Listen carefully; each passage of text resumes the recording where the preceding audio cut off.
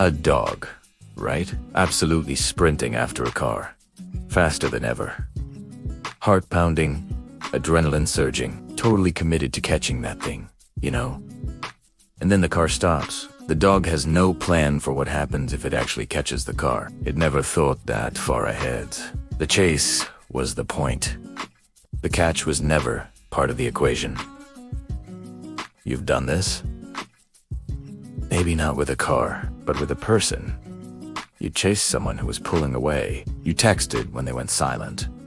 You showed up when they disappeared. You ran faster when they accelerated. And then one day, they stopped. They said they weren't ready. They said they needed space. They said they didn't know what they wanted. And you had no idea what to do next, because you never planned for the catch. You only knew how to chase. Why you chase people who run? It's not love. It's domestication. I'm the narrator, and this is the Reverse Playbook. Today, we're going feral. In the wilds, predators don't chase everything that moves. Watch a wolf. Really watch. It doesn't sprint at the first deer it sees. It observes. It waits. It circles from a distance, reading the terrain, reading the target, reading the wind. The wolf understands something the domestic dog has forgotten. The chase is not the hunt. The chase is desperation disguised as effort. The hunt is strategy disguised as patience. You've been chasing like a dog, barking at every car that passes. And honestly, it's absolutely all about pure, focused patience, right? Wondering why none of them stop for you. But here's the truth. The dating gurus won't tell you. You weren't born chasing. You were trained to. Domestication isn't just something that happened to wolves 15,000 years ago. It's happening to you. Right now. Every single day. Domestication equals behavioral conditioning through reward schedules. Here's how it works. An animal performs a behavior. It receives a reward. It repeats the behavior. Eventually, the behavior becomes automatic. The animal forgets it was ever trained at all. You posted. You got likes. You posted again. You texted. They replied. You texted faster. You showed interest. They gave you just enough attention to keep going. You showed more interest. They pulled away. In animal training, there's something called variable reward scheduling. It's the most powerful form of conditioning there is. If the animal gets a reward every time, it hits bored. If it never gets a reward, it gives up.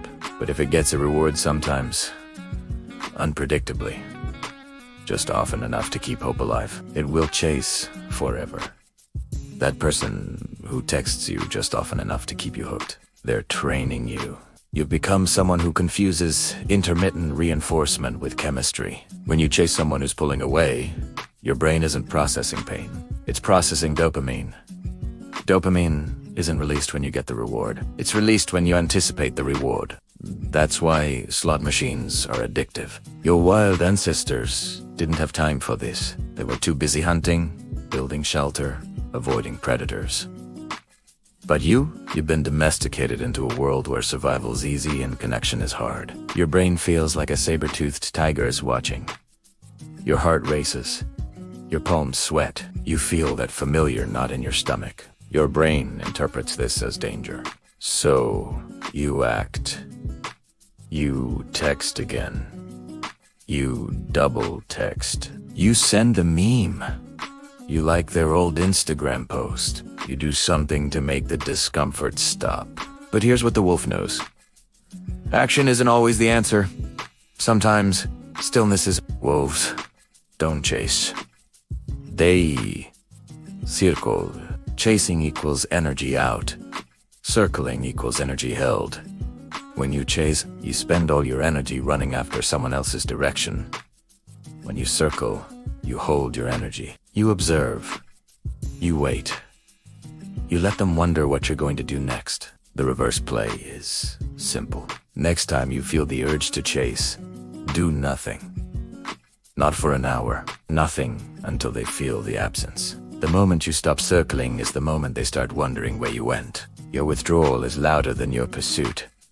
Your silence is more memorable than your words. Your absence creates a pressure they didn't know they'd feel until you weren't there anymore.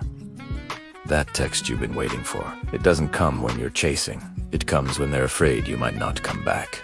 If you keep chasing, you'll end up exhausted, confused, wondering why you're always the one who cares more. New name, same chase, same silence. The problem is, you've been trained to run after things that run from you, but domestication can be undone. Predators know waiting is more powerful than running. That dog standing on the side of the road watching the car, it has a choice. It can run, or it can sit watch. Realize that not every moving thing needs to be caught. Don't chase. Circle. Let them come to you for once. The person worth catching won't make you run. They'll walk toward you, at your pace. I'm the narrator. This is the Reverse Playbook. See you in the wild.